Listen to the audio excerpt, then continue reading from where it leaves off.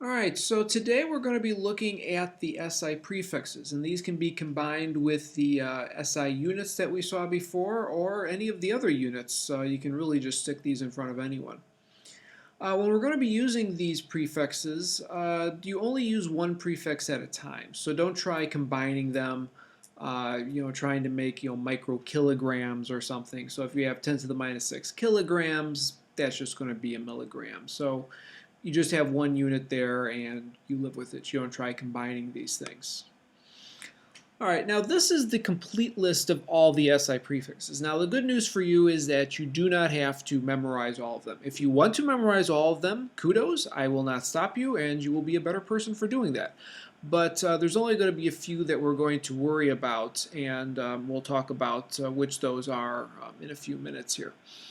But anyway, just to go through all of them and just to point out some patterns that you should be familiar with. So first up, we're starting here at the largest ones.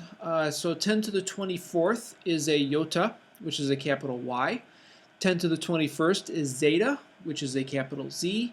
10 to the 18th is exa, which is a capital E.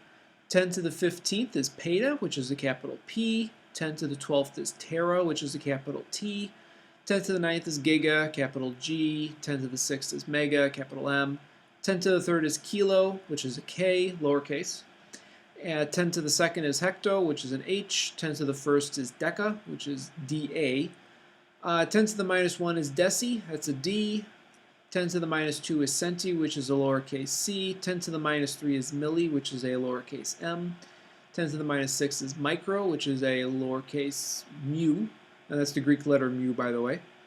10 to the minus 9 is nano, lowercase n. 10 to the minus 12 is pico, lowercase p. 10 to the minus 15th is femto, which is a lowercase f. 10 to the minus 18th is atto. 10 to the which is an A. 10 to the minus 21 is zepto, which is a Z. And 10 to the minus 21 is yacto, which is a Y. Now the very, very big and the very, very small, we rarely use them in chemistry. The iota, the zeta, the exa, we really don't encounter those in our day-to-day chemistry lives. Hecto and deca, you rarely see those in chemistry, so don't worry about those. Deci we do see occasionally, but we're not going to see it that much that we have to worry about it. But when it does come up, I will mention it by name. And then femto, femtometers, is a common measurement. It's about the size of a nucleus. So again, it doesn't really come up too often in chemistry. But there is actually some work being done in femtosecond and attosecond spectroscopy, so 10 to the minus 15th and 10 to the minus 18th seconds. But other than that, we really don't see those. The yactos and the zeptos, those are pretty rare in terms of chemistry.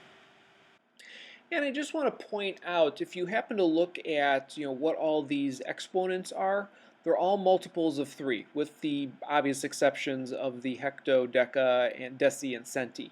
But otherwise, all of the rest of these are in multiples of 3. So we have 3, 6, 9, 12, 15, 18, 21, 24. And on the flip side, we also have minus 3, minus 6, minus 9, minus 12, minus 15, all the way down to minus 24. So if you're trying to remember, don't try memorizing, the actual numbers, but if you just think about them in terms of multiples of 3, it will make your life a lot simpler. All right, so what we're going to be looking at here are the prefixes that we're going to be using a lot through this semester. So these are the ones that, you really need to focus on, actually memorizing and getting a good feel for what these are, because we'll be seeing these, not only on tests, but really just, what I'm talking in general. So you have to have an idea what I mean when I'm talking about these particular units and these particular prefixes, I should say. All right, so first up, we're just going to start with the small ones, go to the big ones, and we'll just cover them and talk a little bit more in detail about them as we go on. Okay, so first up we have pico, and this is represented by a lowercase p, and it means 10 to the minus 12th. Then we have here nano, which is a lowercase n, which is 10 to the minus 9. Micro,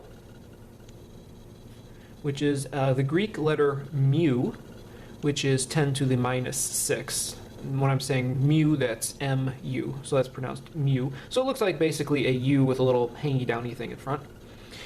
Then I have milli. That's a lowercase m. So that's 10 to the minus third. And then we have here centi, which is the lowercase c, which is 10 to the minus 2. All right, so these are the negative prefixes over here, and then we're going to deal with the positive ones. So first up we have here kilo, which is a lowercase k, and this is 10 to the plus 3. Then I have here mega, which is a capital M, and this is 10 to the plus 6. And then giga, which is a capital G, and that's 10 to the plus 9. And then tera, which is a capital T, and that's 10 to the plus 12. And of course there are more, but these are the ones that we're going to be seeing in this class quite often. Okay, so first up, a couple of notes just to be clear on what we're actually talking about, and kind of like easy ways of trying to memorize these so where it's a little bit easier.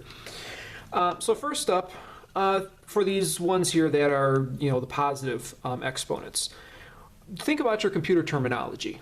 Okay, the smallest files that we usually see on computers are measured in kilobytes, right? So that's kilo. And then of course bigger files nowadays, many programs are on the order of megabytes. Then smaller hard drives nowadays, or your flash drives, are on the order of gigabytes. And now the big hard drives that we buy quite often are on the order of terabytes. All right, so it's just this natural progression that we see. And also look at the values here. These are all multiples of 3, 3, 6, 9, 12. Okay, so if you just think about your regular computer terminology, these units are actually pretty easy to know. And also, these are all capital, except for the K right here, which is for kilo, but I mean, we're familiar with the kilogram and the kilometer, and those are always lowercase k, so you know that. And then, of course, we have megabytes, gigabytes, terabytes.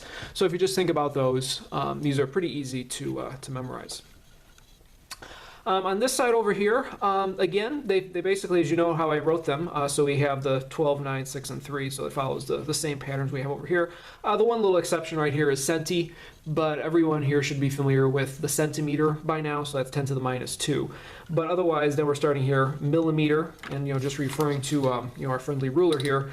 Remember, these are centimeters, and in each centimeter there's 10 millimeters, so that's why there's this factor of 10 right there between them. And then after the milli, we have micro, and you just have to remember, it's a little Greek letter mu for that. Nano, if you heard nanotechnology, that's what we use there is nano, 10 to the minus 9th. And if you're familiar at all with electrical circuits, you probably have heard pico, such as picofarad, sometimes referred to as puff. So that's 10 to the minus 12th over here. So it's the same numbers we have, 3, 6, 9, 12, except now they're negative, and you just have a few things to memorize. So these are pretty easy, so you already have half of them memorized. Centi and milli, think about millimeters and centimeters, and then you basically just have these 3 over here. So it's not, we're not asking you for a great amount of stuff. All right, now how do we actually use these things? So basically, let's just say I'm dealing with a unit, and so let's say it is on the order of picoseconds. Picoseconds mean 10 to the minus 12 seconds. Or if I have here nanometers, that is going to be 10 to the minus 9th meters. Or microvolts, that's going to be 10 to the minus 6th volts. Or let's say millimeters, that's 10 to the minus 3 meters. Centimeters, obviously, is 10 to the minus 2 meters. Or here, if I'm dealing with my tera, that would mean, for instance, my terabytes, a terabyte. It's going to be 10 to the plus 12 bytes. Ignoring the little computer terminology, the factors of 2 that they sometimes invoke there. But, it's the exact same thing. So every time, and this is the important thing, every time we see here the little p or the little n, the little mu, the m, the c, we're just replacing that symbol there with that multiple. So if you know these multiples up here, you're just going to be replacing these by those particular things. So every time you see a capital T, you know that it refers to a 10 to the 12th. All right.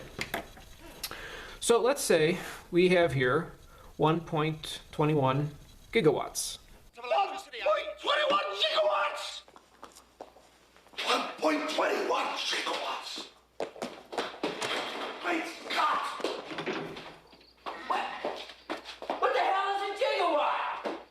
a gigawatt means that I have here 1.21 times 10 to the 9th watts. And that's all it really means. And similarly, if I have here 57, let's say, kilometers, that's just going to be 57 times 10 to the 3rd meters. Now, you can also write this as 5.7 times 10 to the 4th meters, but we're going to go into a little detail as to why I kind of prefer you write it out this way. Okay, so if you write it out this way, I'm going to be perfectly happy. Because if you try converting it over to here, occasionally what's going to happen is you're going to do something silly and goof this up. So we're going to demonstrate this right now. Okay, so if we look at this, and let's say I have here 530 nanometers. Well, this is equal to 530 times 10 to the minus 9th meters, right? Because that's just using our nano prefix from earlier. And we can rewrite the 530 as 5.30 times 10 to the 2, that's just 530 rewritten this way, times 10 to the minus 9th meters, which is going to be, now 2 minus 9, that's going to be minus 7, so 5.30 times 10 to the minus 7 meters. Okay, that's perfectly fine. Now, on the other hand, let's say I do here 530 gigameters. Well, that's going to be 530 times 10 to the plus 9 meters, which is equal to 5.30 times 10 to the 2 times 10 to the plus 9. Okay, so this first part right here, that's exactly the same because it's still the same 530, but now we're using this plus 9 because, of course, we're dealing with the giga. Well, in this case, instead of 2 minus 9, this is now going to be 2 plus 9. So that's going to be 5.30 times 10 to the plus 11 meters. All right, and this is why I'm saying that I prefer you to do it in this method over here, is just do the little substitution with the unit rather than trying to be smart and, you know, put it into the regular notation where you have the number, decimal point, bunch of numbers after that, times 10 to the whatever. Okay, because what you can see right here, if you just do it my nano, 10 to the minus 9, okay, you just put it right in there. Giga, 10 to the plus 9, you put it right in there, and you're done. But if you try doing this over here, and you might just try doing this in your head because, you know, you're rushed for time and everything. If you go here, 530, and you say, oh, well, nano, that's 10 to the 9, this is 10 to the 2, then you might add accidentally, and you wind up here with 10 to the minus 11. Or over here, you might be thinking, oh, it's the other way over here, and you wind up with 10 to the plus 7. Then you're off by 4 orders of magnitude. So that's why, you know, when you're dealing with this, I mean, this is perfectly fine. There's nothing wrong with it, but it just is more prone to errors if you happen to forget about, you know, adding and subtracting with your positive or negative exponents. All right, I really should add a meter there. So if you just leave it like this, that's fine, especially if you're going to be using this in equations. And, you know, if you're doing this on a calculator, you know, and you're going 530 E9, it's fine. You know, if you hit the enter key, it will, you know, just automatically convert it to what you have. But if you're just using, you know, the regular values like this, and you just push enter, it will show it, you know, just as you want it. So you don't have to worry about, you know, actually entering the conversions correctly into the calculator. If you just put these numbers in like this, you're perfectly fine. Okay, now how we can use these conversion factors up here for all the conversions that we're going to be doing, we're going to go through this right now. Okay, so again, remember what we just said was that, for instance, 1 picosecond is equal to 10 to the minus 12 seconds. Okay, now let's say I were to go here and divide by 10 to the minus 12 seconds on both sides. Well, obviously, that's just going to be equal to 1. Right? So what we have here is our conversion factor. 1 picosecond is 10 to the minus 12 seconds. And this is going to be our conversion factor that we can, you know, basically multiply anything through. So if we're trying to convert, you know, from picoseconds into seconds or 2 picoseconds, as we're going to be seeing, well, then we will just, you know, use this. And it's essentially the same as just multiplying by 1. All right, so all these conversion factors are really just multiplying by 1 as a method to convert this into different units. And just as equivalently, we can see here, if I took my 1 picosecond equals 10 to the minus 12 seconds, that's the same thing, but just as equivalently, I can go here and divide by 1 picosecond. And now this is going to be equal to 1. So again, 10 to the minus 12 seconds per picosecond is equal to 1, or 1 picosecond is 10 to the minus 12 seconds equal to 1. So this is the basic thing that we're doing with our conversion factors when we're going to be looking at this. All right, now, just to continue on with this and how these can actually be useful. If we're just doing something very simple, and it's just a direct conversion from one unit over to another, we can just do it like this without having to do any fancy multiplication, because we can just do our little substitution and be done with it. But if we're doing like a more complicated substitution, for instance, let's say we want to go 530 nanometers over here to micrometers. And by the way, these are sometimes also called microns. If you happen to be in that particular field, they obviously just they refer to these as microns quite often. Okay, so what we're going to do in this case is basically go here 530 nanometers, and then we're going to use our conversions. So remember we said that nano is 10 to the minus 9, micro is 10 to the minus 6. So we're going to go here and say 1 nanometer is 10 to the minus 9 meters. And then on the other side, we're going to go through here and say 1 micron, or 1 micrometer, is 10 to the minus 6 meters. All right, now we can notice right here, my nanometers cancel out, right? My meters cancel out, and I'm going to be left here with micrometers.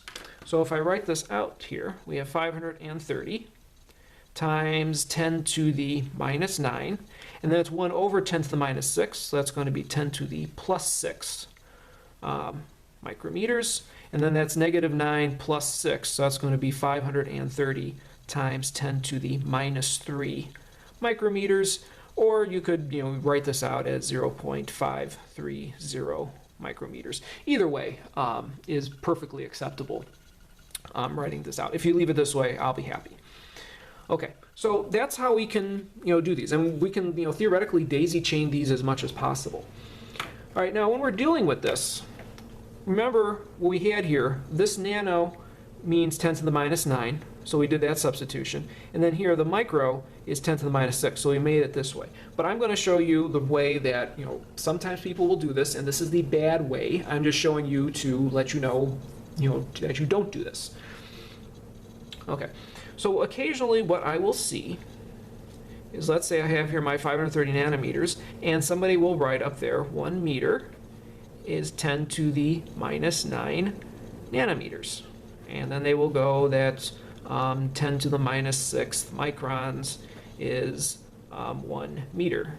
And then they will get 530 times 10 to the plus 9 times 10 to the minus 6, and we get here 530 times 10 to the plus 3 micrometers. Okay, this is bad. Okay, that's bad. That's frowny face. That's not good. All right, because what we're doing in this case is going through here and we're putting the 10 to the negative 9 next to the nanometers, but this is not what that means. Just think about this for a minute. 1 meter is big, right? It's really, really big. It's off the scale of your screen here. 1 meter is really big. Meanwhile, a nanometer is very, very tiny. So what you're saying in this case is that a tiny amount of a very, very tiny thing is equal to a big thing. That does not make any sense. But over here, a very tiny thing is equal to a tiny amount of a big thing. Well, yes, that makes sense. Okay, and this is the correct way of doing it. So just do it this way. 1 nanometer is, you just say by nano, every time you see the n, that's equal to the 10 to the minus 9, so that's why they're equal. Every time you see the mu, that's going to be a 10 to the minus 6, and they're equal. But if you try doing it this way, that will be wrong. Now, the reason that sometimes people do this is because you can also equivalently write this as 530 nanometers, and then you can go here, 1 meter is 1 billion nanometers. And also 1 million micrometers is equal to 1 meter. And this is perfectly fine, actually. This is 530 times 10 to the, now that's going to be our -9, times 10 to the 6th micrometers. And that's going to give us our same thing, 530 times 10 to the +3 micrometers. Now this is okay. There's nothing wrong with doing it this way, but I don't recommend you do it this way unless you're like really, really confident in what you're actually doing. Because what happens here is that you will be trying to do it this way, and then what will happen is you will be thinking, wait a minute, I thought nano was 10 to the -9 and micro was 10 to the -6, so you try writing it out this way and you happen to flip your signs the wrong way and you screw it up, okay? Because really this expression right here and this expression right here are equivalent. So 1 meter is equal to 1 billion nanometers is the same way as saying that 1 nanometer is equal to a billionth of a meter. Or 1 meter is equal to 1 million micrometers is the same thing as saying 1 micrometer is equal to 10 to the a millionth of a meter. Okay, so either way, these are both equivalent, but I recommend you do it this way. So this way you don't have to worry about flipping of the signs, which can, very easily just screw you up.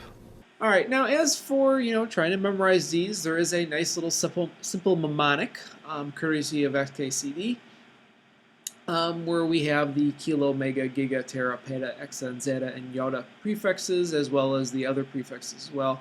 So for the big ones, we can go Karl Marx gave the proletariat 11 zeppelins, yo. Or for the small one, Microsoft made no profit from anyone's Zunes, yo. So, if that happens to, help you memorizing it, great. If not, don't worry about it.